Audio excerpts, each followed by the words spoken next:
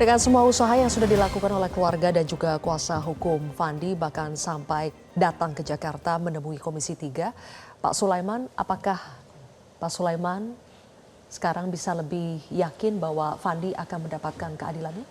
Yakin saya. Yakin ya? Yakin. Sudah optimis ya Pak ya? Yakin saya. Doa dan harapan Bapak untuk Fandi dalam menghadapi sidang vonis nanti apa Pak? Ya, doanya ya mohon keadilan aja lah Bu untuk anak saya. Karena kan dia baru umur berapa tahun kali lah, umur 25 tahun. Jadi masa depan dia tuh kalau ya Pak hancur nanti kalau memang dia tidak beri keadilan. Jadi saya bermohon kepada Bapak Presiden berharap untuk meninjau kembalilah keadilan ini untuk si Fandi. Kalau bisa saya bermohon ke Bapak Presiden langsung turun tangan. Lalu saya memohon kepada Bapak Presiden. Baik, kita tahu bahwa bagaimanapun Komisi 3 dan siapapun tidak bisa mengintervensi hukum. Tapi dengan mencuatnya kasus ini, Bang Hasbi, apa pelajaran atau catatan yang bisa diberikan kepada APH kita dalam membuat dakwaan dan tuntutan hukum? Ini yang perlu memang KUHP yang baru ini perlu disosialisasi lebih ke bawah, di tingkat penyidik terutama. Karena ada beberapa kasus setelah KUHP yang kita selesaikan, ini kan penyidik itu tidak paham. Ada beberapa kasus misalnya, saya tidak perlu menyebutkan di kasus Sleman misalnya, penyidik tidak paham. Dia ngoyo dengan dirinya sendiri, bahkan dipakai undang-undang lalu lintas. Ini karena sosialisasi KUHP harus lebih dimaksimalkan lagi sampai bawah. Padahal KUHP yang ada ini sudah mencerminkan KUHP yang humanis, KUHP yang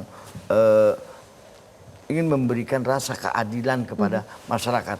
Dan ini menurut saya, mohon maaf sekali lagi mohon maaf, ini menurut yang saya pahami dan menurut penilaian saya bahwa jaksanya belum memahami KUHP secara maksimal.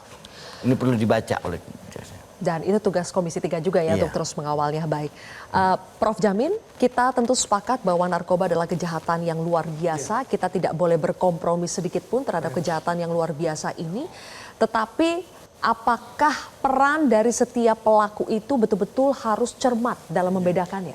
Ya, kita harus menghormati hukum itu memberikan keadilan bagi setiap pelaku sesuai dengan perbuatan yang dia lakukan begitu. Jadi kita nggak menyamaratakan perbuatan itu menjadi pertanggungjawaban yang kualitasnya sama, berbeda-beda begitu. Nah, dalam kasus ini masyarakat sudah lebih mengerti kalau hukum itu tidak sama dan tidak bisa disamaratakan kepada setiap orang sesuai dengan perannya. Sehingga rasa keadilan yang muncul dalam masyarakat itu, itulah yang sedang disuarakan. Jadi aparat penegak hukum harus pintar-pintar juga. Jangan menganggap bahwa jabatan seragam yang dia pegang itu, dia bisa melakukan apapun. Padahal masyarakat sekarang sudah paham begitu, sudah mengerti. Ya, mohon maaf ya. Sekarang ada AI yang bisa dibaca dan bisa memberikan pengertian lebih pintar dari apapun. Itu aja sudah bisa diketahui masyarakat. Jadi jangan sampai masyarakat lebih pintar dari penegak hukum dalam membuat surat tuntutan. Nah, inilah makanya akhirnya masyarakat bergejolak. Ya, jadi sekali lagi para penuntut umum, para penyidik harus lebih peka terhadap rasa keadilan, tapi juga kepastian hukum juga harus ditegakkan. Baik, rasa keadilan seperti apa Pak Salman yang diinginkan oleh Fandi? Apakah bebas penuhnya atau bagaimana?